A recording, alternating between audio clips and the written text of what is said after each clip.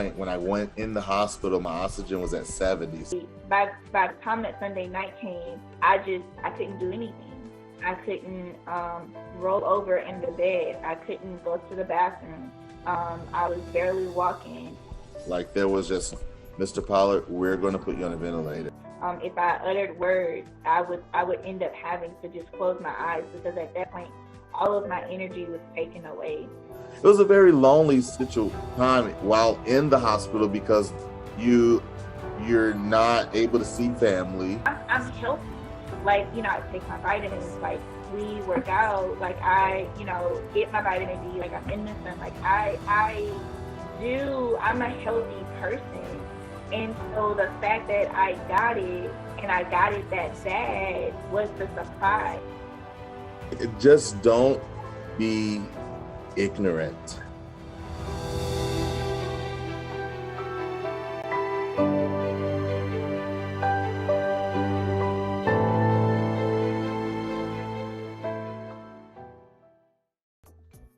Hello, everyone, and thank you for joining in our segment 7 of Sister Talk.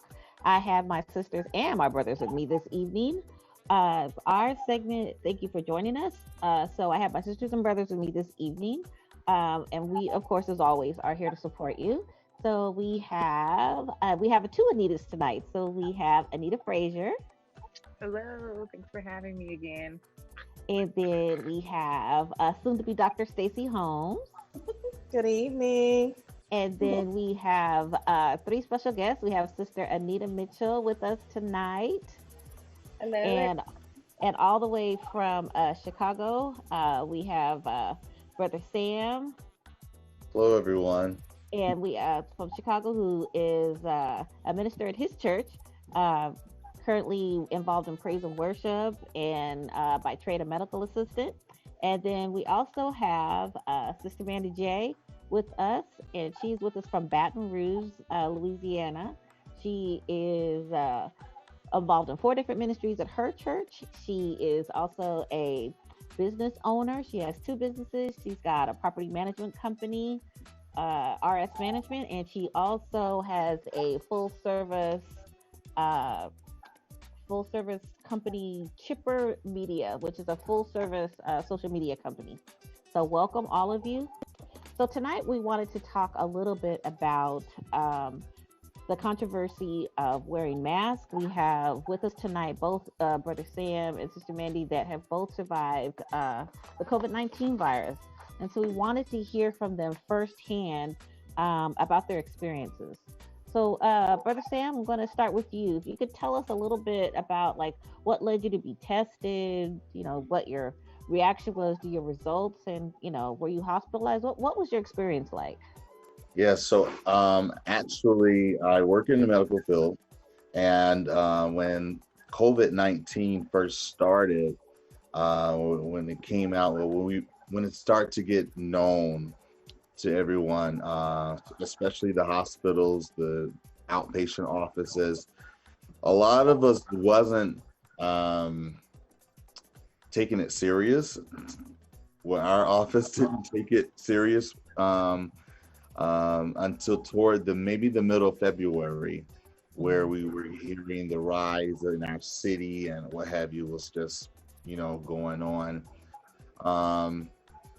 So it started out with just the director pretty much telling everyone, well, to not run our patients away, let's not mask, let's not glove. So that was pretty much a protocol for us until things got pretty serious. And at that time, of course, we have to obey. Eventually, during that time, we were put in a place where we had to screen patients for COVID. So we're taking temperatures before they come in or what have you. Still sometimes without mask or without proper PPE uniform. And unfortunately, I eventually, I guess, got sick. I started actually with just a cough. I was coughing, and couldn't really get rid of the cough, but I always typically have a cough, so it was part of like I didn't take it as serious, and then um, I was treating it with a lot of just cold medicine and realized it wasn't working. But then the cough went away, and I felt good. I That was like on a Friday when it went away. So Sunday night, I began to feel like this really bad congestion, where I was having difficulty breathing and just kind of, it wasn't a real bad shortness of breath, but it was just barely like just taking breaths, here and there. So I still didn't think nothing of it. Went to work, and that was Monday, Tuesday, Wednesday. Now the office is saying, okay, if you guys have flu-like symptoms, if you have this, if you have that, then you need to come to employee health. And so I'm like, okay, I have this, I have, even the diarrhea, like just all these different symptoms I was having, plus my breathing was getting worse every day. So then, and I have underlying issues, so I was a bit concerned. So I went to employee health, and they tested me for the COVID and sent me home. Got the results the next day. They called, and I'm thinking, I still didn't think I had it. So they called back with the results, and they said, Mr. Pollard, you're positive for COVID. And that immediately put major concern for my health. So I was originally going to quarantine at the house because I felt like, well, I'm just having problems breathing, and I could fight it. I'm young, I could fight this thing, and eventually my family just kind of torn into me and made me go to the hospital. And from that point, when I went in the hospital, my oxygen was at 70, so I was barely, like just talking, and they wanted to put me on the ventilator right away. Like there was just, Mr. Pollard, we're going to put you on a ventilator, and I came prepared because I know that I kind of did my research. My family did the research as well, as far as taking vitamins, taking whole lemons, and making your teas with honey, and your immune system, taking elderberry and vitamin C and zinc. And so I had all these different things when I came to the hospital, because I knew, first of all, I knew they were going to admit me due to my underlying conditions and the breathing, my shortness of breath. And so I came prepared. I knew they weren't going to treat me for it. So they admitted me, and I ended up in the hospital through that course of time. After rejecting the ventilator, I had told them to contact my specialist physicians, and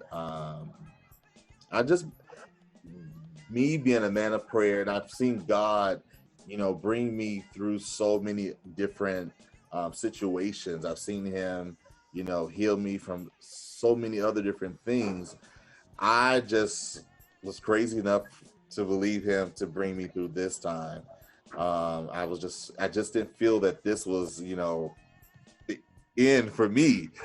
Mm-hmm. And so I held on to that. I held on to my faith. I had prayer warriors, because I wasn't able to pray for myself. I wasn't able to, on the inwardly I was, but like actually just being active in my praying, I didn't have the strength. So I had a lot of my prayer warrior friends, put them on the phone, and they prayed for hours every day of the week. Every day that I was there, they prayed, they intercede, they cried out on my behalf, and I did my part, drinking the tea, doing everything that I was supposed to do.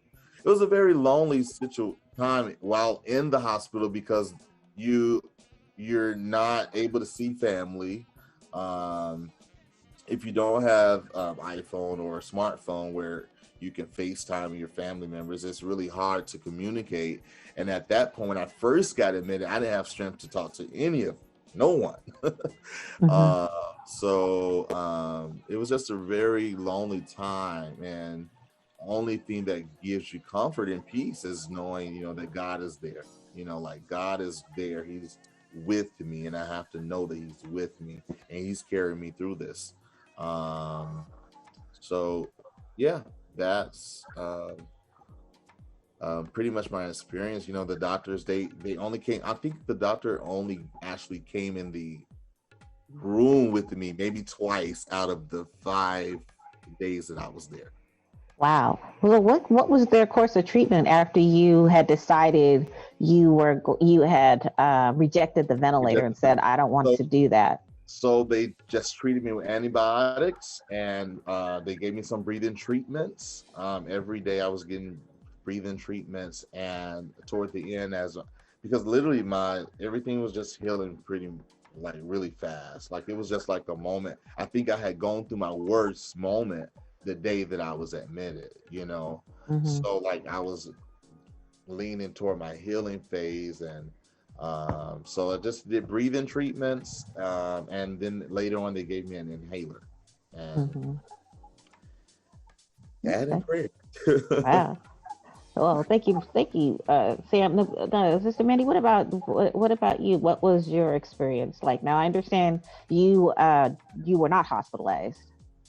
Yes. So my experience was a little bit different. So I actually refused to go to the hospital altogether.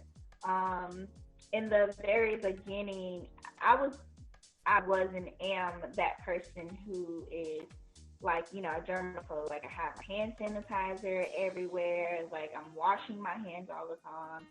And so when my fiance is actually a school teacher, and so when we first got wind of everything that was happening, it was like, you can't get in the car, you can't come by me, like, spraying him with Lysol, just kind of like, being extremely cautious. I even left my office well before the state even closed. So when we got word, this was like the beginning of March, I actually stopped going to a physical office before they shut schools down. And we took it extremely serious, to the point where we were ordering to get our groceries delivered. And it was actually quite recent. Like I'm still going through the healing process of COVID, but about during the spring season, my allergies are like really, really bad. So I cough often. And so I always had a dry cough, but it was because of my allergies. But it would make me so scared that I was like getting sick. And so it was almost like I just was afraid to leave the house. Like it was just a lot of anxiety. And so I actually went back into my work office maybe 2 weeks prior to me getting sick. And that week, I was feeling fine. We check our temperatures daily. I was feeling fine. Then that Friday, my sinuses were just really bad. So I thought it was my sinuses. It was like I just couldn't like breathe like through my nose. Like I felt congested, but it didn't feel like a cold congested. It just felt like, my sinuses were just like I had like a sinus headache. And so I took one sinus medicine. It was like my fiance brought me like some off-brand medicine, and I took it and I was like, this is just not working. So then I ended up taking some actual like sinus relief. Like it was, a name brand, and it seemed like it was working to a point where I was able to have some comfort and I was able to go to sleep. But when I took the medicines, I told him I'm just not feeling well. Like it wasn't I was sick, I had a cold, it was my sinuses. I said I don't know what it is. It's just like a blah has just came over me. Then the next morning, my temperature was fine. It was 97, didn't have any issues. Then throughout the day, I was in the heat, out in the sun. And during the middle of the day, I just felt like I needed to pass out. I wasn't quite sure if it was heat exhaustion or what was going on, so I just started drinking. I was already drinking plenty of water, but it just seemed like my water intake doubled, to a point of where I rarely ate because I'm so full of just water. And I started drinking Gatorade. And then about 6 o'clock that evening, I really just needed to sit down. I'm like, I can't walk anymore. I can't do anything. I just need to sit down. And at that point, I thought I was having a heat stroke. Like I thought I was getting overheated. So I sat down. I was just, fanning myself, cooling off. Then when I came home, I checked my temperature, and it was 100. And after checking my temperature, I was like, okay, maybe I'm just still really hot because I came from outside. Let me cool down. And so I started drinking water. I checked my temperature an hour later. It didn't work. My temperature was actually rising. The next hour, my temperature started rising even more. And at this point, I'm already in the hundreds. So it's very alarming. And so I ended up taking a Tylenol to try to break my fever. I took the Tylenol. The next morning, my fever was broken. Like, I was fine. I was feeling okay. I was like, okay, well, maybe it was just the heat thing, right? Because I was feeling fine the next morning. Then about noon that Saturday, I started to feel sick again. And then I checked my temperature, and I'm back in the 100. So I'm like, okay, I'm going to give myself one more day. If I'm not feeling well that one more day, then I'm going to go to at first I said I was going to go to the hospital. Well, at the time, if I'm able to break my fever, the hospital was not going to admit me.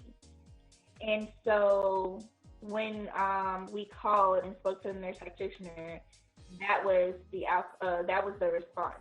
If I went to a hospital, no, they weren't going to turn me away. However, if my symptoms weren't consistent, they weren't going to admit me. And that's where I was. I was at a point where I'm at home and I'm taking care of my symptoms, so they're not consistent because I'm breaking my own fever.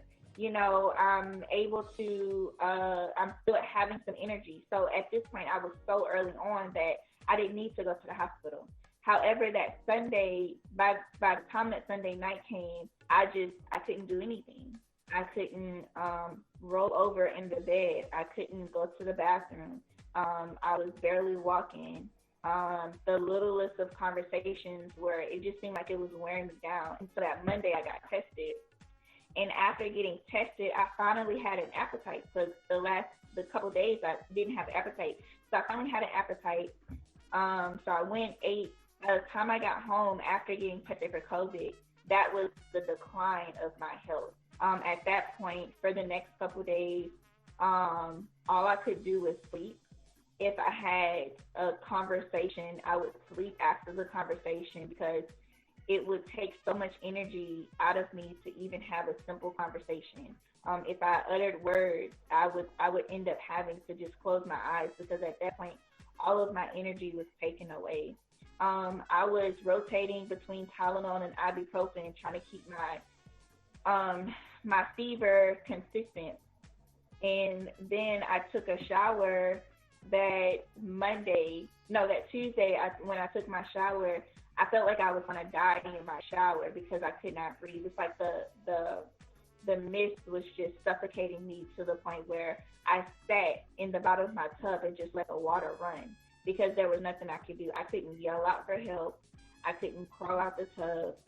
I couldn't grab my phone that was on the sink to call anyone to help me.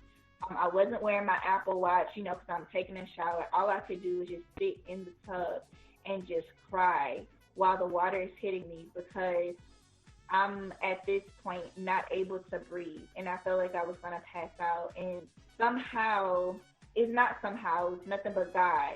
My water, for my, how you pull the water up on the little sprout that comes out the water to make the shower? Well, it went down, and so the shower turned off. So I couldn't even turn my own shower off, but I know that it was nothing but God that allowed my spout to come down. There's no way possible logically that the water could stop on its own. Like that was nothing but God. I was at that point of not being able to breathe. So I didn't take a shower for a week because I was afraid. I was afraid that I was going to die in the shower. And so I didn't take a shower for a week. Um, and I didn't take any medicines because I couldn't go to the doctor, right? Couldn't go to the hospital because again, the hospital they they had certain requirements for being admitted with COVID. And again, if you're not consistent in your symptoms and your symptoms have to be extremely severe, like I pretty much have to be on my last leg for them to consider admitting me. They would check me out in triage and then send me on my way if I'm not severe. And so it got to the point where I'm actually being able to be consistent in staying alive on my own at home. So I took my regular multivitamin, drank a lot of orange juice. People were like, oh, drink a lot of hot liquids. I did not, because hot liquids will make me so nauseous that I wanted to throw up. If I can't breathe, how can you expect me to throw up? So that was not helping at all. I got a humidifier, which was the only thing helping me breathe, was a humidifier. And really just, letting it go its course. There's a point where I thought I was feeling better after about a week and a half to 2 weeks. And so I got up to go wash the dishes, make dinner, and then in the middle of cooking dinner, I felt like I was going to pass out. But I forced myself to continue because I wanted to be, oh, I'm okay. Like I'm this strong Black woman. I have to push through this. I'm going to be fine. And it almost killed me because at this point I'm standing in the kitchen literally on my last leg. And then the next day, this is like almost 2 weeks later or a week and a half later, I am at the point where we have to call an ambulance because I can't breathe. And I prolonged calling 911 for so long because my fiance had to quarantine with me. And so I was terrified that our last memory of each other was that I was that sick. And, and when I was telling him, hey, I have to call 911, he was so terrified that he's like, well, I can bring you to the hospital. I'm like, no, because at least let them come here and assess me. And he's like, wait, they gonna take you away? And I was just like, no, it's okay. If you go, you're just gonna have to sit in the parking lot anyways because you can't come inside with me. So it was just kind of like we're sitting here discussing what could be my last moments with each other. And it was pretty traumatic, and once I started to heal, I started dealing with insomnia because I was afraid of going to sleep because I had moments where I was afraid that I wouldn't wake up because that's how sick I was. And it got so to the point now where I'm in therapy every week. I'm having to deal with mental challenges that I haven't had to deal with before. Even now, I'm testing negative. However, I still can't smell. I still can't taste food. And I'm still having shortness of breath. I'm still having trouble sleeping. I have now this mucus that's so thick that it's not cold, it's not sinus, it's nothing. It's this random mucus. It's super, super clear, but it's so thick that it's just harboring inside of my head. And it's it can't, no matter how much medicine I'm taking, antibiotics, everything, nothing is making it come out. And so COVID has lasting effects, and it handles everybody differently. Do you feel, so thank you, Mandy and Steve, for both sharing your stories.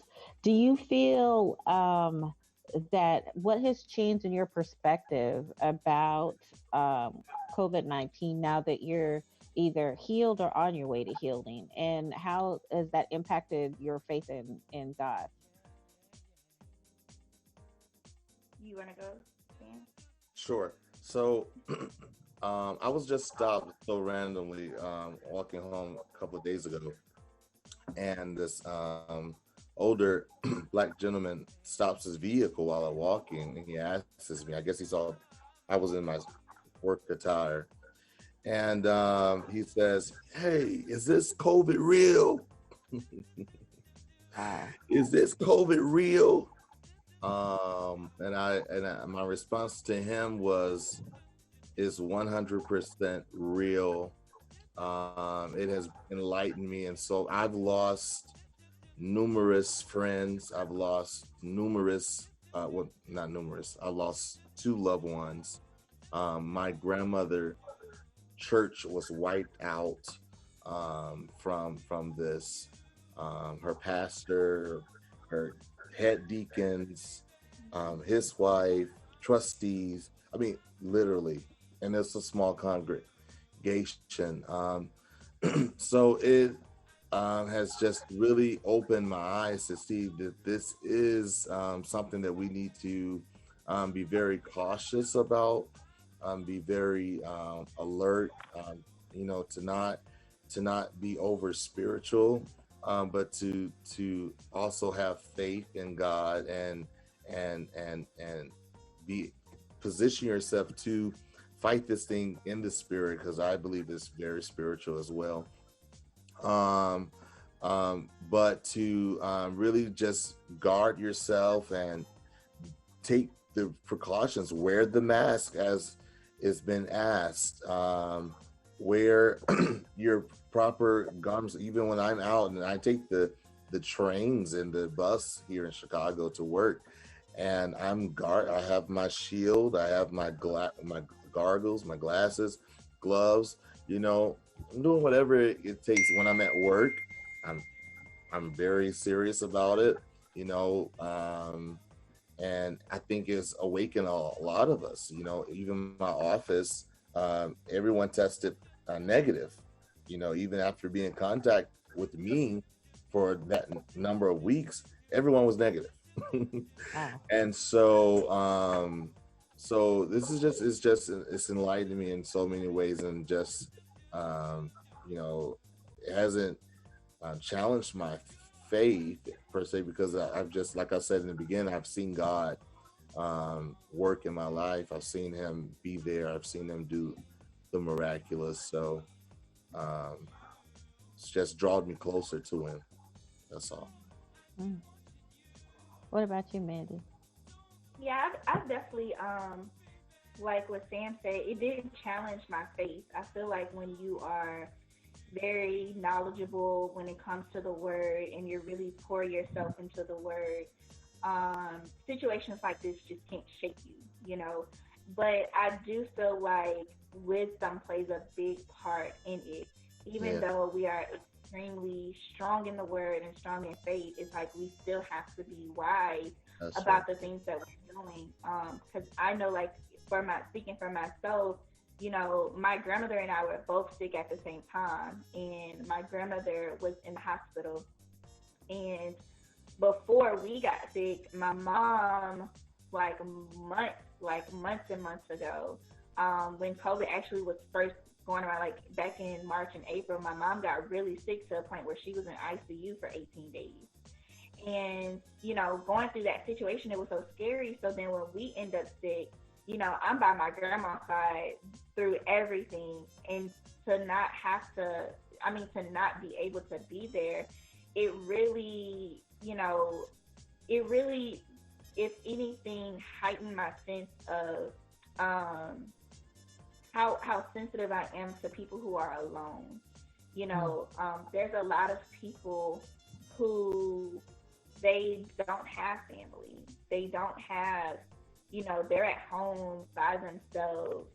They're, even people who they don't have faith, but I still feel my heart still goes out to them.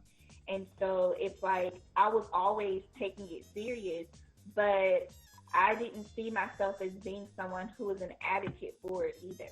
I'd just be like, oh, y'all need to wear your mask, right? Because I'm just like, I'm serious about it. As long as me and my house is fine, I'm going to let y'all do what y'all do. But it's at the point now where it's like everybody's house matter, because what you do, whatever my neighbor does, if you decide to not wear a mask and I still have my mask on, I can still get sick.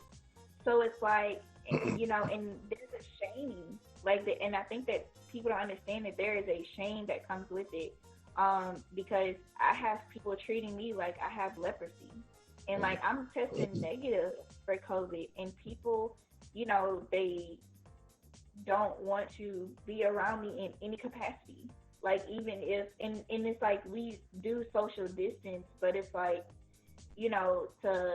I've had people drop out of my wedding because I got COVID. It's like my wedding isn't even until December.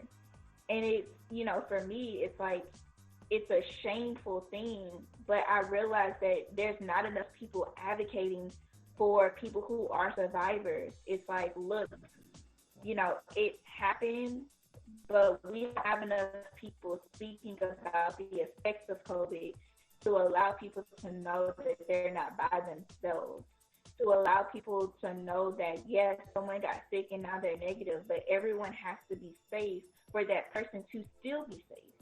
And so for me, it has changed the way I think about how we respond to situations, because people can be so judgmental, but it's like, you can judge me for something that was not in my control, but I'm still going to pray for you because I pray that you never have to go through what I went through. That's right. Since you are both on the program today, what would your message be to before we do that, either of the Anitas or Stacey have anything that you'd like to add or ask our two panelists? I do. I actually have a question. I mean, I know this whole experience probably was a surprise and shock to both of you, but was there something that surprised you the most about getting sick or leading up to, or the whole experience? Well, I honestly, I believe it was a kick in my face, because honestly, I joked about it. Like I kind of just didn't take it serious. I was at work, like, ha ha ha ha, like, I'm not gonna get it. I'm covered under the blood of Jesus. Like I'm not going to get this COVID. Right. The Lord just slapped me. Like it's like, okay, all right, Job, I'm gonna give it to you. So, and so I got it, and yeah, it's just And I think for me, my biggest surprise was the fact that I got it, because it's like I did not leave the house. I was literally like, I would fuss if my fiance went somewhere, even if it was around the corner to the grocery store to grab an onion and don't have a mask. Like I'm just like, and I was just really surprised. And the other thing was he tested, he went and got tested that Friday. I got tested that Monday. He was negative. So, it was just like, oh, you're negative. And he said that. He was like, well, I'm negative, so you should be fine. But I was like, this don't feel like fine. Like this doesn't, what I'm feeling right now does not feel like a healthy person. And I'm healthy. Like, I take my vitamins, like we work out, like I, get my vitamin D, like I'm in the sun, like I'm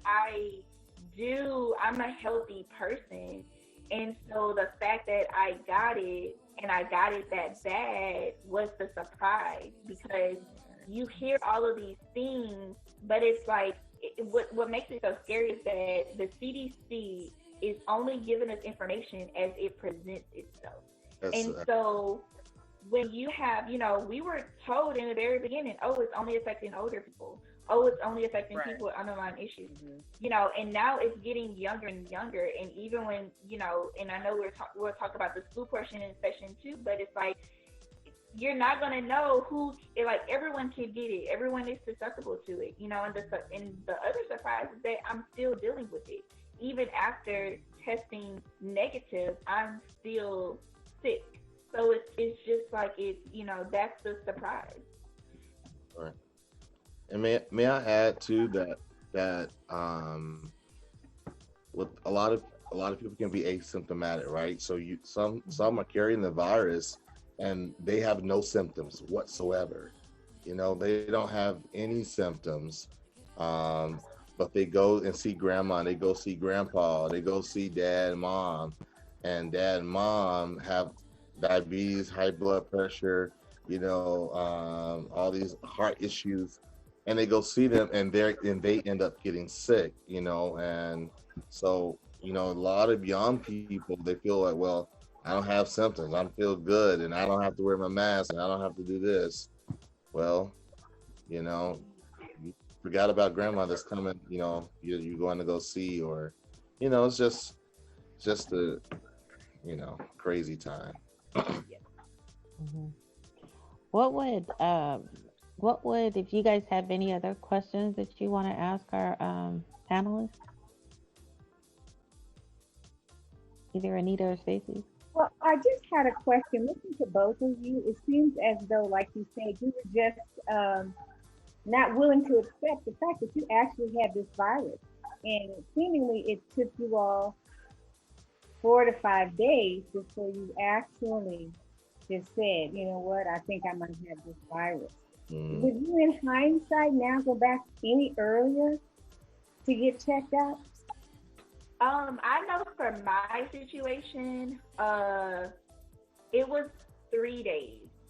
And so the first day, I thought it was just my sinuses because, I have, like, my sinuses are terrible in the spring.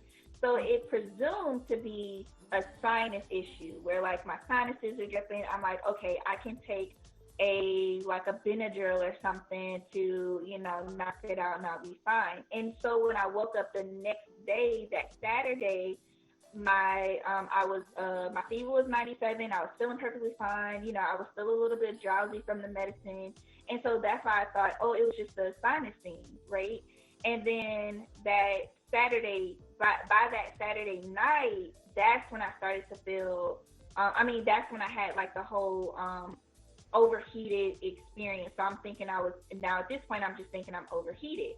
So then when Sunday came, it wasn't until Sunday afternoon where I was like, I was sick. I had a fever, but my fever came back, and it had nothing to do with my sinuses. It had nothing to do with the heat. And then that's when I said, okay, I need to go and get tested. And unfortunately, the testing site was closed that day, and so I had to go that Monday. And so for me, once I didn't have anything that was related, so I didn't have, it wasn't sinus related or heat related. I was like, okay, I need to go get tested. Mm-hmm.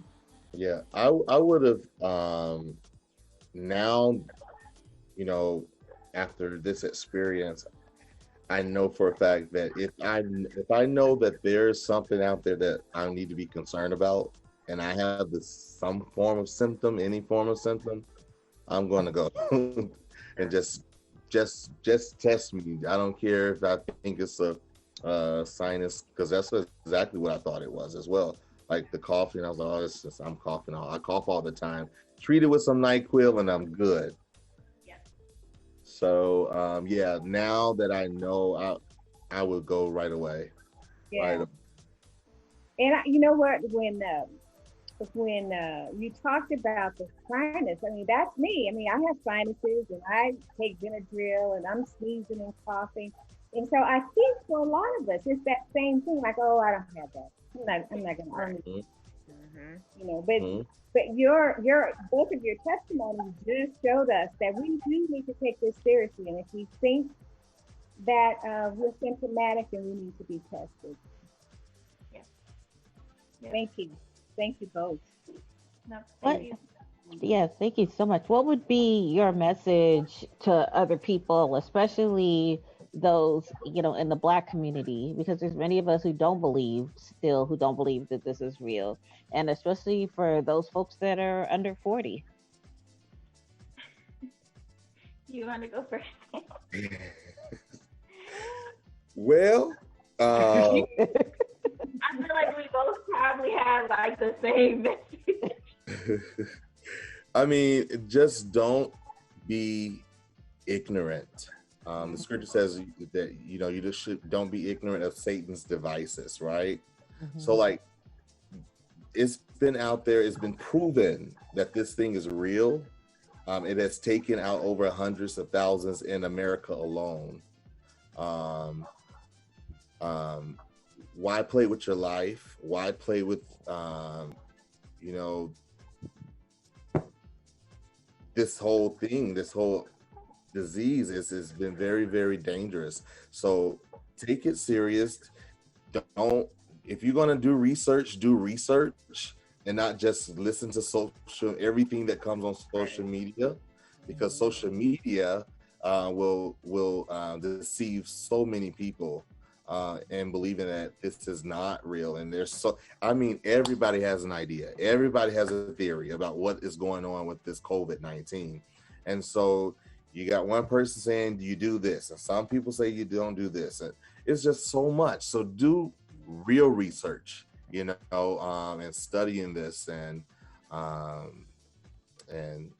yeah, take it serious. Don't be out here, having house parties and, gatherings and picnics and, all this kind of stuff. Just obey what these people tell you to do. All right. I think that the biggest message coming, from me is, if you can stay at home, stay at home. Yeah. And wear your mask. That is the number one thing everyone should be doing, is wearing their mask. If you are in a situation where you cannot be 6 feet apart, you should wear your mask. Even if you can be 6 feet apart, you should still wear your mask. I think that also talk to people who have survived COVID, because like Sam said, stop listening to a lot of these social media doctors. They have a PhD in Twitter fingers. Like they, they, all of this medical advice. I swear, y'all, if I had to listen to all of the things people were telling me I should do, like I actually didn't even say that I had COVID until I started to get better. And one of the reasons why is because I needed, I'm a transparent person by nature, because, when you're in ministry, you just have to be transparent. However, I'm a very private person. So when it came to me being sick, I, did not want to be bombarded with a whole lot of what you should do. Oh, I'm checking on you, all this stuff. I didn't want that. I just needed peace. But then the other thing was, I didn't want to be overwhelmed. I didn't want to be so overwhelmed with people's conspiracies on what's going on, how you need to do it, how you need to do that. And my poor fiance, he was just trying to tell me everything. And I was just like, please let me sleep. And it comes to a thing where it's like, I tried at least 2 or 3 methods that he presented that, he was like, well, they say, who they are, whoever these people are. And so I tried them, and they actually made me feel a little bit more worse. Even vitamins. Like, I took so many vitamins that I was actually getting sick from taking too many vitamins. And so, so just don't listen to they. They don't exist. Listen to your body first and foremost. Listen to your body, because your body will speak to you. Listen to the doctors, because they will not steer you wrong. Even if you call them like nurse perfect. Like I had people calling me every single day from the hospital when I tested positive, checking on me. Hey, did your symptoms get worse? Like making sure that they are actually talking to people who had COVID and who are survivors, because that's the only real information that anybody's going to get right now. Oh, and another thing, a lot of people feel that, or a lot of the kids now, or youth now, they're looking to get it. They're wanting to get it. And the thing is, and so a lot of people feel, well, I have the antibodies. If I get this, I'll have the antibodies and I won't be able to get it again. Well, the news is this not true. You can get this again. And so therefore everyone just needs to wear their mask and do everything that they have to do, because it has not been proven that you cannot get this again. Okay. Even though even the medical field, Sam, you're all good because you have the antibodies now. No, Show me where is been proven that I cannot get this again. Yeah. There's already been testimonies of people getting this twice, you know. So